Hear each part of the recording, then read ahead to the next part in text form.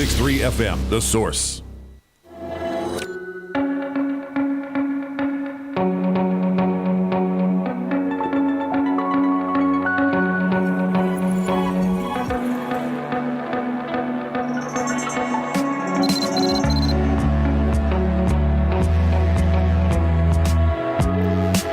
All right, 25 minutes before 11 o'clock. Thank you for tuning in this Monday morning. Well, our next guest has quite a story to tell, and it's not fiction. Richard Ballo is on the phone. He's a journalist, a speaker, a poet. He served 9 years on the board of directors at Avow Hospice in Naples, Florida. He's a founding member of the Kiwanis Club of Greater Collier, is that right? And an award-winning author. His book is called, the title of his book, Bullets and Babies. It is a true story. It's the story of a 32-year-old woman named Janice Riddle. She's the mother of four. She was paralyzed after her husband accidentally shot her. Her troubled life did not start with this husband, did not end with this husband, and it's just an extraordinary story. And Richard is on the phone to tell us about this, and you can of course read it in the book Bullets and Babies. Richard Ballo, good morning, sir. Good morning, Larry. Are you in Naples right now? Actually, I'm in Providence, Rhode Island. Oh, you're in Rhode Island. Okay. So tell me, did I get anything wrong in what I just said to introduce you? No, I think you got everything right. I mean, Janice has an incredible story. How did you get to know Janice? What's the relationship between you and her? Well, I was at a business conference in Naples many years ago, and somebody said, I know this woman who's sharing a house with a friend of mine. And that was the introduction. And then I was calling Janice and talking to her and finding out more of her story. That's how I met her. And were you meeting her so you could rent out a room in the house? I'm a little confused there. Why were you meeting her? Oh. Well, her friend knew that I was a writer and thought Janice's story would be a good story. Oh, okay, yeah. Okay. So you saw it as an opportunity to write. I'm guessing that happens to you a lot. Am I right? As a journalist, a lot of people recommend, here's a great story for you. Right. People come up and they have ideas for me, and there are plenty of ideas out there. It depends on if it catches my interest. And Janice had so many different layers. It's like, okay, she's in a wheelchair. That's somewhat common. Being shot is not. And then being shot by her husband added sort of a 3 dimensions to my interest that I wanted to know more and how she got there. All right, I don't mean to jump around, nor do I wish to be too personal, but the notes indicate that you also lost your wife. Is that recent, or was it before you met Janice, or? That was before I met Janice. It was probably 3 years before I met her. So I could actually empathize with Janice in the grief that she had in her change of life, because I was going through a similar experience. Okay. The information I got about the book from Amazon is where I got the information that I referred to regarding her early life. Give us a little background on Janice before she became paralyzed. Well, she was one of 2 daughters to her parents, and according to Janice, she couldn't do anything right as a kid. She was a cheerleader, but her dad was very emotionally cold with her.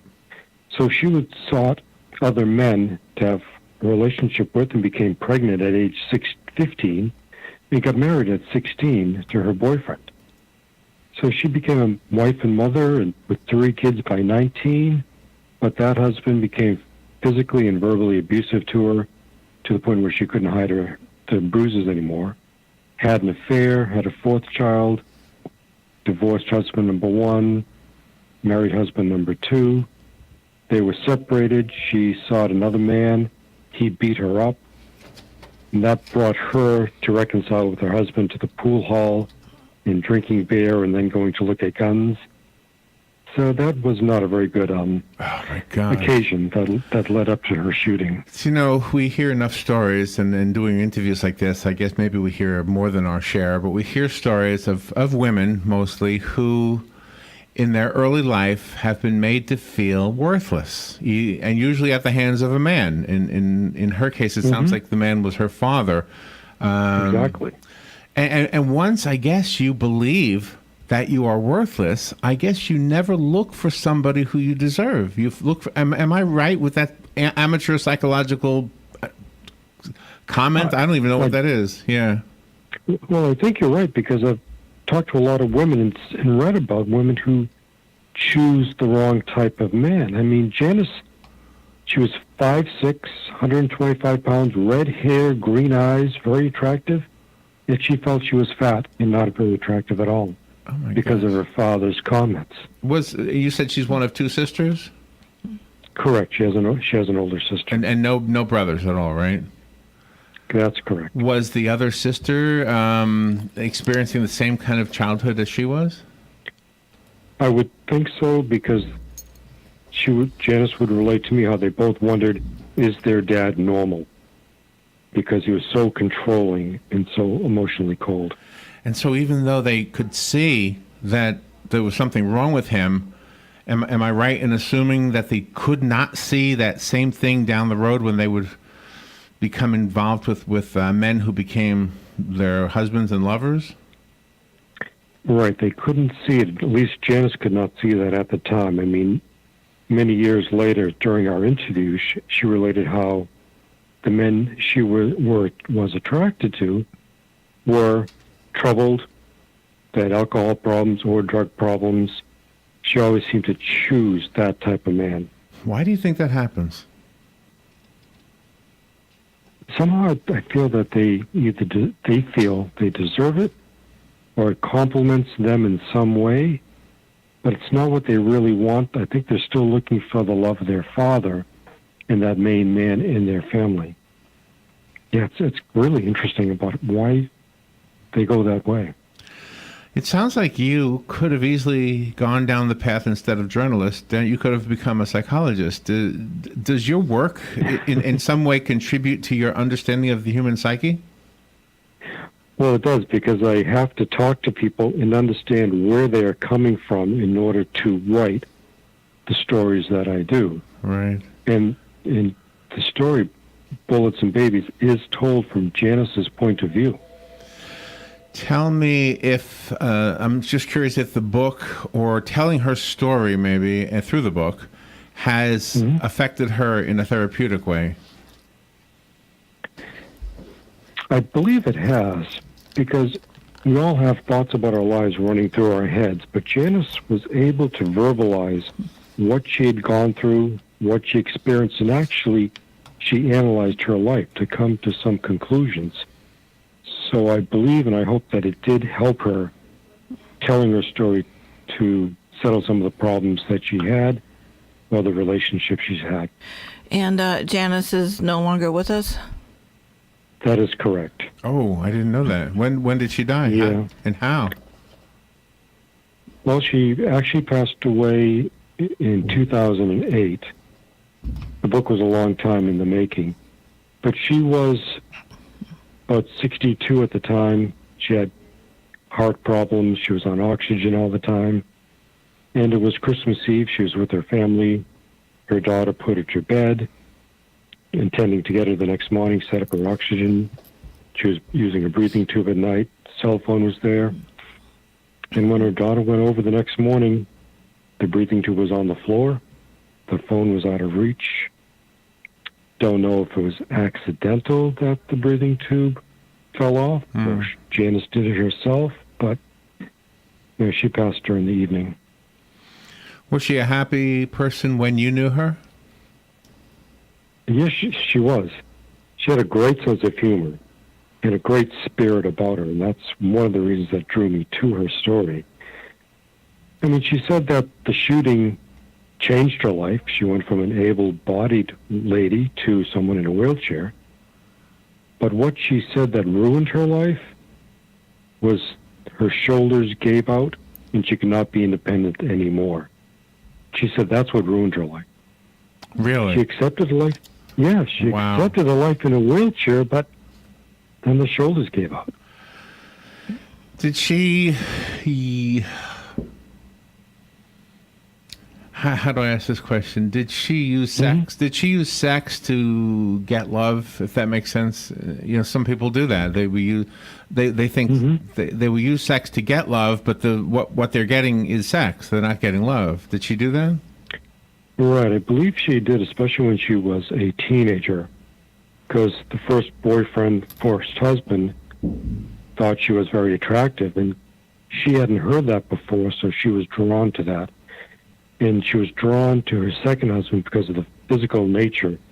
He was a sort of a bodybuilding type guy, very well built, and she really enjoyed being close and being physical. Mm-hmm. And sex was important to her. I mean, that was one of the problems with being in a wheelchair. She wasn't sure her husband would accept her sexually, or that he would even enjoy having sex with her again. Were any of those men good at all? Well, actually, her second husband, even though he shot her, he still accepted her. It's very complicated because he did abandon her. He did? After she got home. Oh, my gosh. So because he couldn't... It was an accident, and are we confident it was an accident? Yes. Yeah. Janice was sure that it was an accident. She told everybody it was an accident. The police believed it was an accident also. And was there a police investigation when the daughter found her mother? Because I could understand how she could remove the breathing tube, but you said the phone was out of reach. Right. I don't believe there was an investigation. It just happened, and they just accepted it. She only had a prognosis of about 6 months to live without heart surgery. After, when she was raising the children after she was shot, did the children have emotional issues, or was she able to find someone to help them cope with life, and are they normal? Well, most of the children, I would say, are normal. There was a lot of anger towards her second husband, Ron. There was anger towards Janice herself from the children, because when life changes in a family, children lash out at the closest person that they can trust, which is the parent. So she did have a tough time with her children, but they've all matured, and the only one that seems to have more problems was, I guess, child number 3, which was their son, Kevin, who was in and out of jail and had problems with addiction. Oh my gosh, so he must have been, maybe 14 when she was shot? He was about 10 or 11, a very difficult age to see a parent go through something as traumatic as that. Richard, you've been on the show with us before. Yes. You were on with Life Without Lisa. That's correct. I was trying to remember, are you a music producer? I'm trying to maybe I'm confusing you with somebody else. Are you a music or movies, anything like that? No, not like that. Just I'm a writer, journalist, and... Yeah, I was trying to remember. Yes, I remember. Yeah. I think if I'm trying to remember the conversation when we were talking about Life Without Lisa. It was a full year for you after Lisa died that you were able to somewhat get back to normal, right? Correct. Okay. Yeah, I think I remember the conversation with you. When you were speaking with Janice, was she just as good therapy for you as you were for her? That's a really interesting question. Yeah. I think I could see myself in her through the struggles of adjusting to a new life. Because being widowed, or in her case being shot and paralyzed, she was adjusting to a new body and different social acceptance. And as a widower, I was adjusting to being a new person again and adjusting to the way people saw me. So we had very similar life situations, that adjusting to society, looking at us as different people now because of our widowhood and our accident. How do you help other people when you go and speak to them about their grief and about their healing? Because some people don't think they need to speak about it or be spoken to about it. Well, some people do feel that way. I feel that I help people because I'm open about what I went through. The depression, the grief, the feeling crazy. Just to let them know that what they are going through is normal grief. Because it takes on a whole vast variety of information. One man said he couldn't look at his wife's pictures and it's been 3 months. Is that normal? It's like, yes, that's normal. The first year is so traumatic. Yeah. We can't think of happy memories at that point. It comes in the second and third year. Tell me a little bit about Janice, who she was. What, let me ask you specifically, what were her passions or her talents or something? Well, her passions were her children. Mm-hmm. She lived for her children. She thought nothing was better than to be a wife and mother. So she was very happy being a parent and being at home. And she did work. She was a grocery store cashier. But she lived for that. She also had a passion about religion and finding God, and felt that God had saved her many times from the multiple accidents that she had even before being shot. She had a car accident where she rolled a car off the road, and she wound up in the hospital. And this was very interesting because she was with this other man. So when they called her husband, they called the first husband, and he tried to strangle her in the hospital. Oh. Because he found out she was having an affair. Oh, my gosh. Wow. Did her dad, after the grandchildren, after she was giving birth to her children, did her dad eventually accept her and the children, or was he like estranged? I believe he accepted them, but he was still sort of cold and distant. And then he was developing dementia along the way, which they didn't realize. But he even yelled at Janice for leaving wheelchair marks in his carpet at home when she came to visit him. My God. So the book is... She was like... I'm sorry, I was going to ask, the book is titled Bullets and Babies. I was going to ask, so the babies refers to her children? Correct. Okay. Wow. And that's, in 2 words, you've defined something about her life. Correct. I wanted something that would define her life, what happens to make it important, and change her life. And I felt that was an effective title, and we went through many titles to get there. Yeah. But also to attract the reader to say, this seems interesting. It's at odds. What do bullets and babies have to do with each other? When people hear you speak, I believe that you really don't know how many people you help, because it seems like, you hear of one tragedy and then a few months later there's somebody else doing the same thing down the road, and you think, people just aren't learning from the past. But I really believe that people are learning through your speaking and your telling the story. Well, thank you. I believe people are being helped when I go speak. And as far as people learning, it seems like every generation has to learn the same lessons again and again and again. And maybe it's why we're here. Maybe that's the whole purpose of life. I don't know.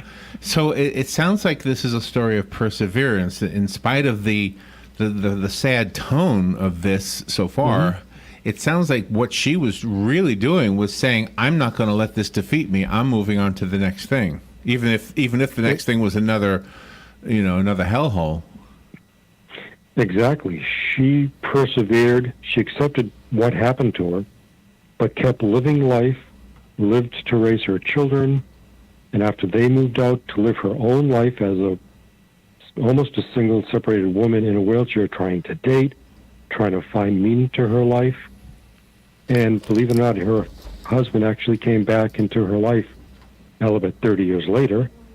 He came back clean and sober. Is that right? Yeah. Wow. Yeah, I think Robin told you that we scheduled you to be on this show only this past Friday, which means that the book is not here, unless that's it right there. A book just arrived and just was brought into the studio. So we don't have the book, but I think a lot of our listeners would like to get the book. How do we do that? I found it on Amazon, so I guess that's an easy answer. Do you have a website that you've dedicated to your writing? Yes. It's richardballo.com. There is also the publisher's Tolman Main Press, TOLMANMAINPRESS. Or they can get it right from the distributor, which is bookmasters.com. You go down to buy a book, you look for Tolman Main Press, and the books are there also. You're a very compelling author, and like I said, we haven't read this book, but I remember Life Without Lisa. Tell me about yourself a little bit. Are you, do you, when you speak to somebody like Janice, when you think about Lisa, when you kind of observe other people's lives and your own life, do you see evidence of God? Are you angry at God? What do you think is what do you feel from all of this? Wow, it covers a lot of bases. I mean, when I was first widowed, yes, I was angry at God. But I knew that there had to be a better plan somewhere, even though I couldn't see it. And I just take it on faith that it is. But I look at people and how they act and how they respond to different situations, and I just get amazed sometimes at how we as human beings relate to one another and to tragedy. I mean, some people say, their husband or wife is in a wheelchair and the spouse is like, they're really brave to continue doing that. And I'm thinking, it's not brave. It's life. They're accepting where they are and doing the best with their lives and what they can do. It's just fascinating. And you truly are a huge inspiration for this. Are you staying in touch with her children at all? I do stay in touch with one of her daughters who still lives in California, who helped me immensely with getting the timeline right, getting more information that I didn't get from Janice. So her children have been very good to me. I've met 3 of the 4. That has got to be, you have got to be a godsend to them, and they have to be a godsend to you to allow you to make sure that the story you tell is accurate. It is, and I really thank them for sharing their lives with me in order to get this story as true as possible. In this day and age of social media where everybody is more or less trying to hold up a sign and say, look at me, look at me, look at me, sometimes I think when we are being looked at, it helps, especially if you've gone through something like what Janice went through, that she's not benefiting from this because obviously, and I don't mean financially, I mean, she's not benefiting from the world, quote unquote, knowing about her circumstances. But I bet other people are. I bet other people who can relate to Janice's story are eating this up and getting therapy indirectly through the work that you've done. And you may never even hear about it. They may write a review on Amazon, or they may write you a letter. But there may be many people who've read the book who just haven't said a word, that have put the book down after reading it and felt a little bit more validated as a human being. Well, I think that's true, and I think one of the things Janice said to me is that she hoped through her life being in a book, it would help other people because she had been through so much. Wow. And I think this is something that she probably would really appreciate if she was with us today, because you have so many obstacles to overcome, and when you are not just emotional, but when you're overcoming something physical, it takes special people to be within your own circle of friends to accept you the way you are.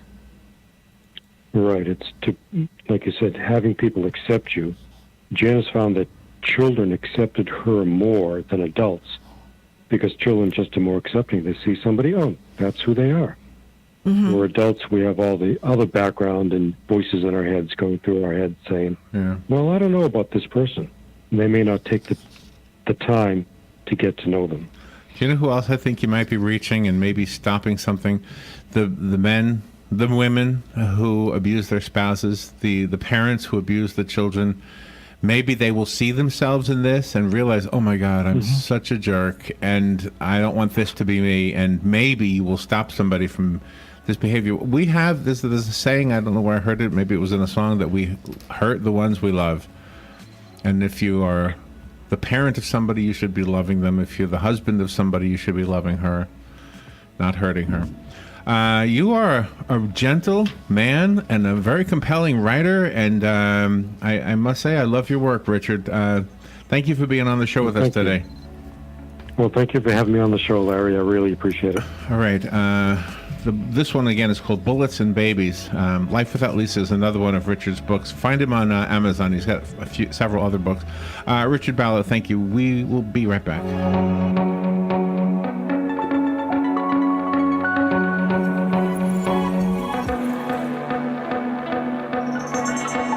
Broadcasting from the Paddock Mall Studios, this is WOCA, Ocala, Gainesville, The Villages, 1370 AM, 96.3 FM, The Source.